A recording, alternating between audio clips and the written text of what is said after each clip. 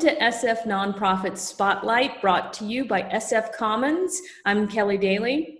You know, as big as San Francisco is, it struggles to keep its families with children. But working to support those children is an organization called City of Dreams. It's headquartered in the Bayview, a historically Black neighborhood, and it provides mentors to low-income youth. It mainly serves Black children from ages 7 to 21. And joining me today is Jarae Clark, the executive director. Jarae, welcome. Thank you, Keli. Thank you for having me. Lovely to have you here. You know, I want to start out by talking about the pandemic. Pre-COVID-19, you were serving about 63 young people. Can you talk a little bit about how you've adapted, because you're still serving people? Yes, so before the pandemic, our program, it was just filled with Saturday field trips. That was our main thing. All the kids just loved to come on our field trips. We would go all the way from Tahoe to Santa Cruz, from museums to all the places we love to just visit and that are enriching. And we would bring up to 25 kids at a time. We were actually at a pretty high level of our attendance right before the pandemic began. And so we've had to cut those numbers a lot since COVID-19 has impacted our community. And the first way that we do that is by reducing our numbers to about 10. So we are only able to bring 10 youth. Well, now we've expanded to actually doing our program from Wednesday through Saturday to support our youth a little more. We know that with education barriers, that we really need to be in touch with them more and providing as much enrichment as we can within our parameters. So we're still able to meet with those 10 youth. We keep in touch with the rest of our youth online or just through care packages and checking in with their families. And then our teen group also continues to meet. So that's another way we've been able to reach more youth and just stay in touch. You know, we know that not only is this health pandemic going on, but we've got Black Lives Matter to the forefront right now, and just the stressors that come along with all of these things. So our programs are most important at this time.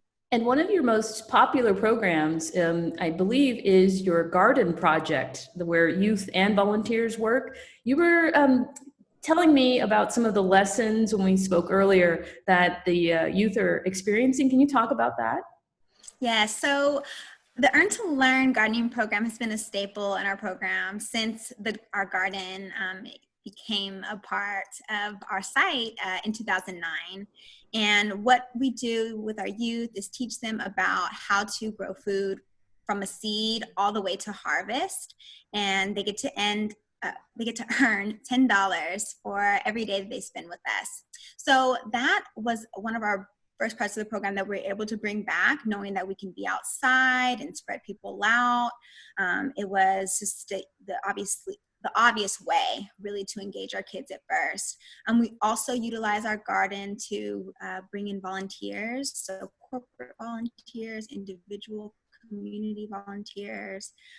We again are keeping to our 10-person limit and able to get some maintenance done around the garden. In the past, we've had lots of partnerships. Habitat for Humanity is a really big one for us, and they were able to bring people monthly, up to 25 people. And so once COVID-19 hit, we had to put a pause at least. Now we're bringing it back. But from March all the way up until just recently in June, it was just our staff maintaining the garden.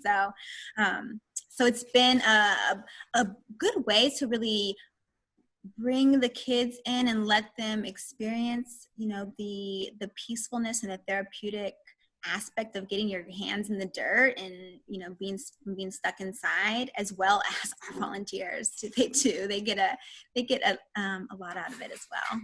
That's right. The pandemic gardens have taken over the nation. So I can only imagine apricot season is really something that's affirming for the students, the young people. Yes, we have an apricot tree in the back of our garden that we were eating from a couple weeks. Yeah, it was harvest week. A lot of fruit came from it. You know, you mentioned Black Lives Matter, and our country seems to be on the verge of reform, not just in policing, but addressing racial injustice everywhere. And I'm wondering how your youth are responding to this moment, and if you're seeing renewed interest in City of Dreams. Hmm. You know, with our youth, we were really surprised because they didn't say much at first. You know, everything seemed to be as normal in the community. And then one of our first weeks when we started back our summer program, we did an art project. So just canvases, gave them paint. And we were really surprised at some of the things that the kids were drawing and painting Black Lives Matter, fists. I mean, some even gruesome images of what they depicted of police. And I don't know, just for me, even just knowing that they're internalizing these things, even if they don't have the words to put them together. So for our youth, you know, I'm just glad we're able to be here and have those hard conversations with them. And then just in general, we have gotten a lot of more attention from our program, from just the greater community. We've gotten some more mentors. Our goal is to get 63 mentors. We are almost halfway there. And you know, I love the energy right now, even though it is on the tip of something so negative. But I love that we are able to talk about these issues. And this is what City of Dreams has been, you know, fighting for a while. And, you know, when everything was happening, I personally just felt really hurt and just discouraged, you know, by all the work that we're putting in. But to see the community come behind us and rally behind us, it really renewed my energy. And I'm so excited to see what we have moving forward for our youth, and hopefully really being able to match every single kid with a mentor. You know, that's a part of the vision for City of Dreams. The conversation about funding Black communities is growing in San Francisco and across the globe. Are you seeing more people approach City of Dreams to get involved? Definitely seen more people approach. Even I think about just our current partners that we had calling me and just asking, hey, how much does it cost to do this? Or, you know, what do you guys need for this? Just knowing that they are having those conversations outside of the room of City of Dreams is always a help, just to let people know what we're doing, you know. I would hope that there's a point in time where everyone knows about City of Dreams in San Francisco, and that every public housing has a City of Dreams in their site to be able to provide them with these opportunities. So the conversation is definitely growing, and the support is there. We've had a relationship with the supervisor's office for our district, Shimon Walton, and he's been really great about showing up in the community as well as being responsive to what we need. So District 10, yes, I'm very familiar with Supervisor Walton. Yeah, I want to talk about mentoring for a second. As a middle-aged woman, I still benefit from having mentors who guide me and give me advice. And I wanted to hear a little bit about, you know, if you were matchmaking youth with mentors, what's that profile look like for an ideal mentor, and what are you asking? Well, you know, so City of Dreams, one thing I love about our style of matching is that we always want it to be organic. So our programming, and I keep crossing my fingers and hope that we'll be able to bring it back to this style, is that we would have our field trips and people can come, our volunteers, as just group mentors. So they're able to just blend in and get to know everyone equally without that pressure of having to mentor one specific person, and just see what clicks. So with that being said, there's a plethora of, you know, backgrounds that can possibly be mentors, whether you're in, I even think about one of our volunteers who's a high schooler. We have a high schooler all the way to college students, to people who are all the way set in their careers, maybe nurses or lawyers. Wherever you see your skills, you can be a mentor in that category. As long as you have the desire to help and to make a difference and to be patient and listen to our youth and know what help them get to where they want to be and not exactly where we think they should be. I think we see that growth day by day. I love to say we're planting a seed. You're not always going to see what the tree and what the fruit looks like, but you'll definitely know that you're planting that seed. And students will come back and say, I remember when you said this, or I remember when you were there for me. And that's really all it takes, just being yourself. Like I said, as young as a teenager can come, and the kids love the teenagers. So really it just depends on the kid, because I've seen that so many different people connect just in my time being with City of Dreams. And speaking about the mentees themselves, I looked at some data that said for kids who are regularly mentored in programs such as yours, like they're 55% more likely to go to college. They're less likely to school or do drugs. Do you have any sense of how you've impacted students? Oh, definitely. I think of a particular family who has been with us for a while, and just the difference in the behaviors that we see, just being able to attune to what's going on more, listening, even just taking responsibility. I mean, those are the key things that we look for when we're saying, okay, this is working, when they're talking with their mentors, when they're proud about school and what they're doing. Those are the changes that we really see. I mean, I've worked with kids who have been in juvenile hall and leaving, and our kids that we work with as well, we hope to prevent that from happening. And there's a mindset change that has to happen, right? And so that's a part of what City of Dreams hopes to do, is really instill values and support families in instilling those values. Because we know our parents are trying really hard to teach their kids, and it's hard out here when sometimes you have to work multiple jobs. Maybe you're dealing with your own things. So really reinforcing that day in and day out about, okay, let's be respectful to one another. Okay, let's, talk about that. I think I know that they are really receiving that through our mentorship. In your previous career, you worked with children coming out of juvenile hall, and now as executive director, you're really seeing like some of the early intervention work that might support children, is what I heard you say. Is that right, Jarae? Yes, definitely. And just talking about the benefits, if you wouldn't mind, I'd love to hear about your personal connection with youth mentoring. I had heard that I think there's a saying that, being a mentor allows you to show up for your younger self with the kind of guidance you may have needed. Maybe you could talk about that. Yeah, so I grew up in Sacramento, California, and I grew up not in the best neighborhood and started going to my local youth center.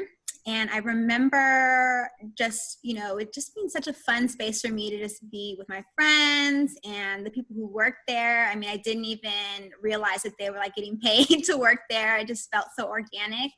And then and that's how they hook you, right? They just make you feel welcome. And next thing I knew, I was learning about etiquette, and I was learning about PSAs, and we were going on trips places, and those little experiences really shaped, who I am today. And as soon as I, was deciding my career and learning more about the world, I just knew that I had to pay it forward and be that person that was there for me, and maybe the person that I needed as well. And I just, my background is in social work, so I have my bachelor's and master's in social work, and working on getting my license. And the exposure, yeah, the value is really what it is. Mm-hmm. The value of role models is what I'm hearing you say. And I'm thinking about the Bayview specifically, that there are I think 11% of the residents are children, and all households, from the data I saw, a third earn $50,000 or less, right? And that is, for the Bay Area prices, really not enough to support people and all of their needs and desires and growth and dreams. But I wanted to ask you, what is your feeling about San Francisco currently, and what is your dream for it? My dream for San Francisco. My dream is that our youth who are living in their communities, that they don't have to worry about being pushed out, that they actually understand the financial literacy and how to build their own wealth so that they could maybe one day come back and buy the neighborhoods that they so love and that where their hearts and their communities are. Just makes me think of this family.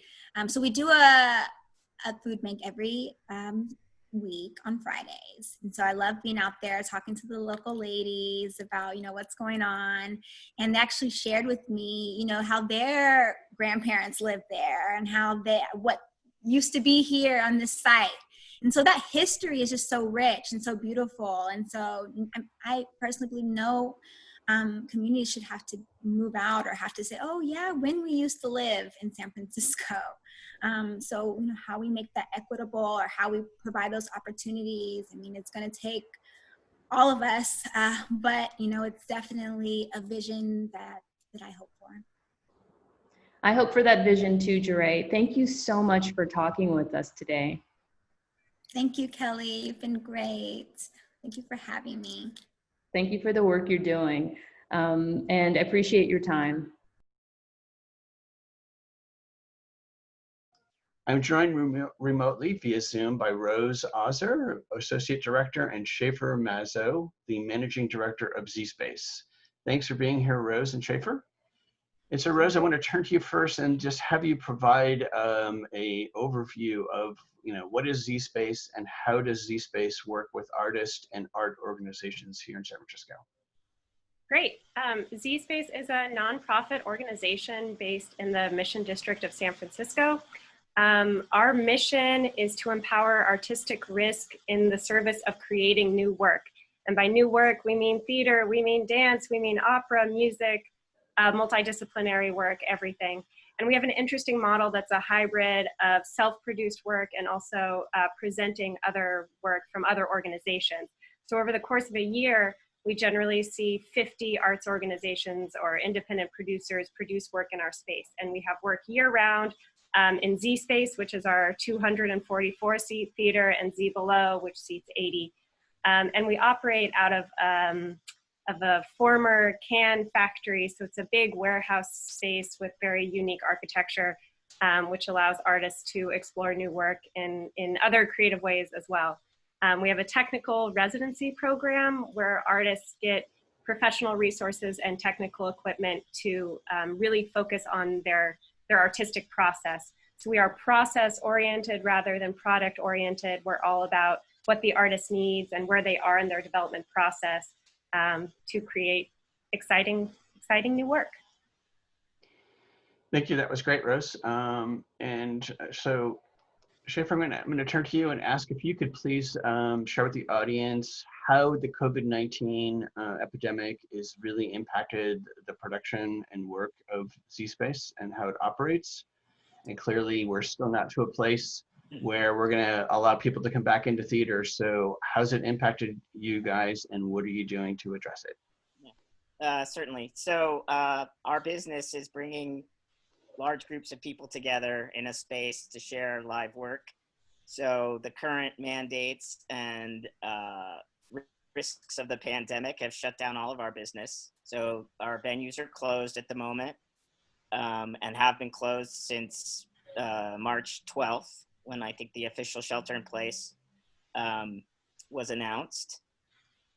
So we are unable to conduct our normal business. We're unable to bring in artists to develop work in our space. We're essentially waiting for guidance of what sort of gatherings will be allowed and how and when we can safely open our space again. Early in the pandemic, or in prior to the shelter in place, we were very conscious of the coming crisis and people's comfort levels and health risks and needs. So we did, even before the shelter in place, end up canceling performances of shows and having to close the venue to some of our rental clients early on. So we, as Rose said, we produce our own work, but a great deal of what our business is presenting the work of others. So we have a curated rental program.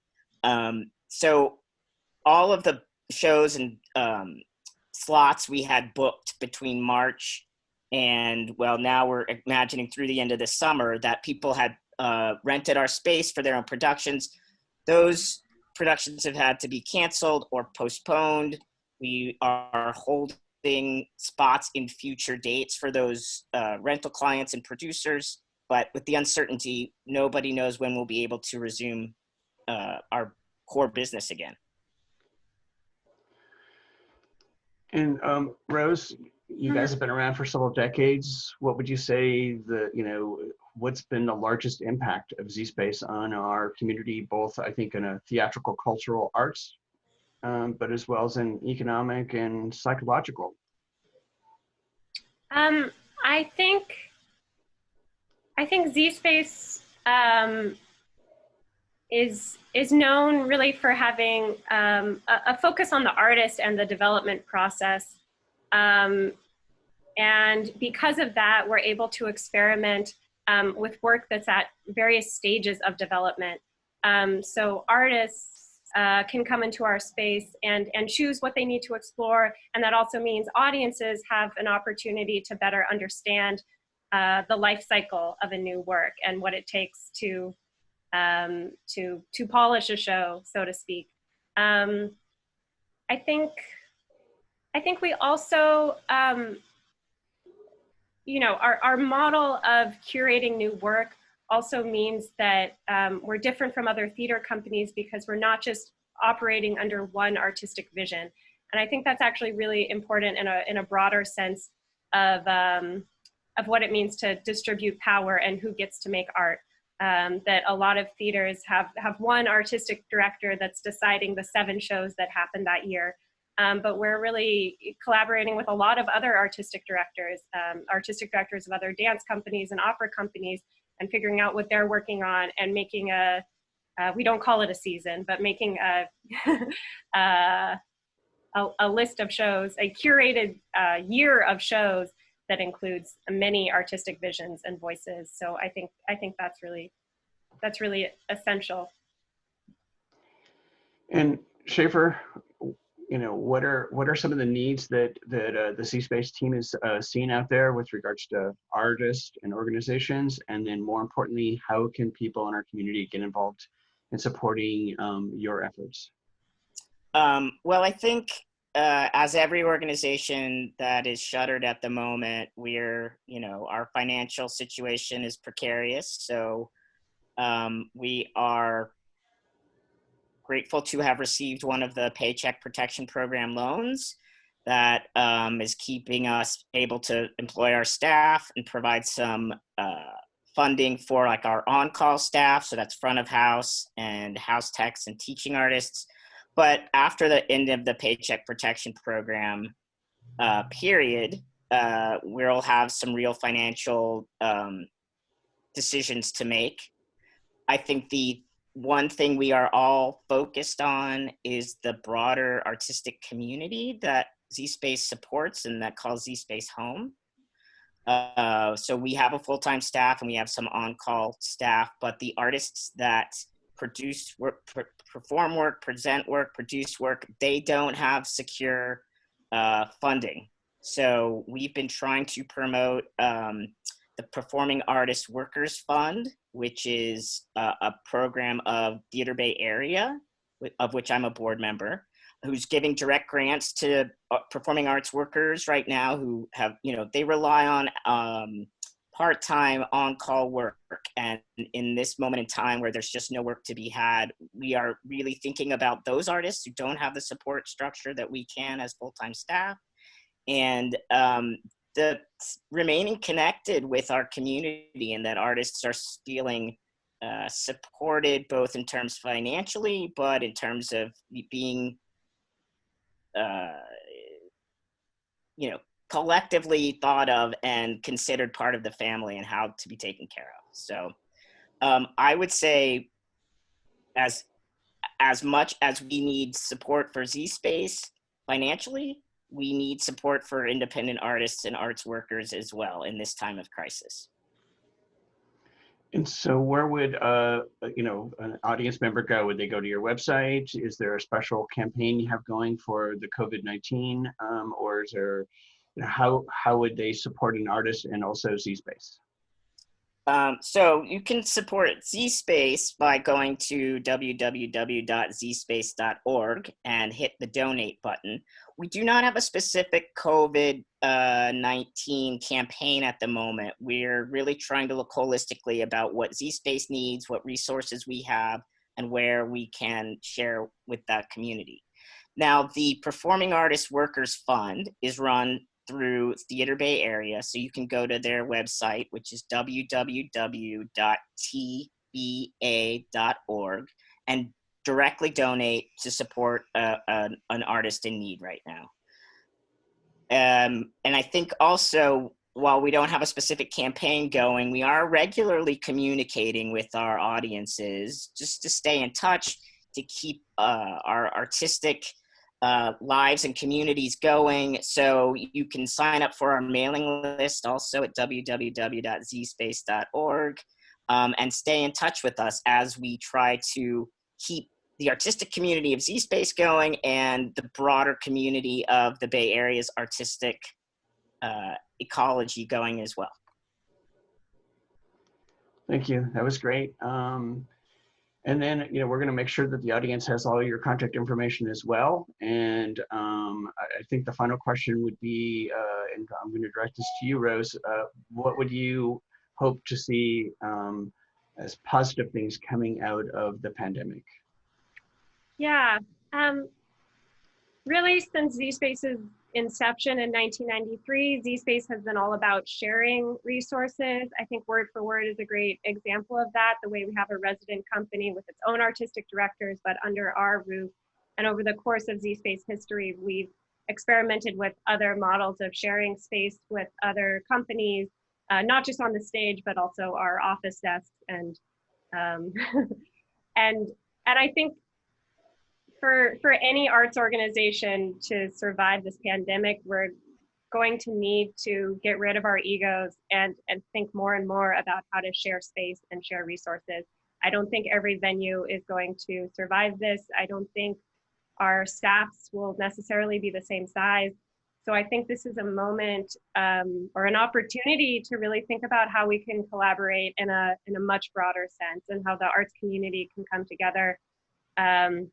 I think a lot of theaters are branded based on one vision or one aesthetic, and I think we need to let go of that to some extent so that we can really survive as an artistic community and uplift each other during this time. Thank you, Rose and Shafer, for sharing all of your wonderful work at Z-Space. And please stay safe and healthy out there as we work our way through some crazy times. And I look forward to you know, seeing a live theater at Z-Space. It's been a long time supporter, and love what you guys do. So thank you so much. Thanks, George. Thank you, George.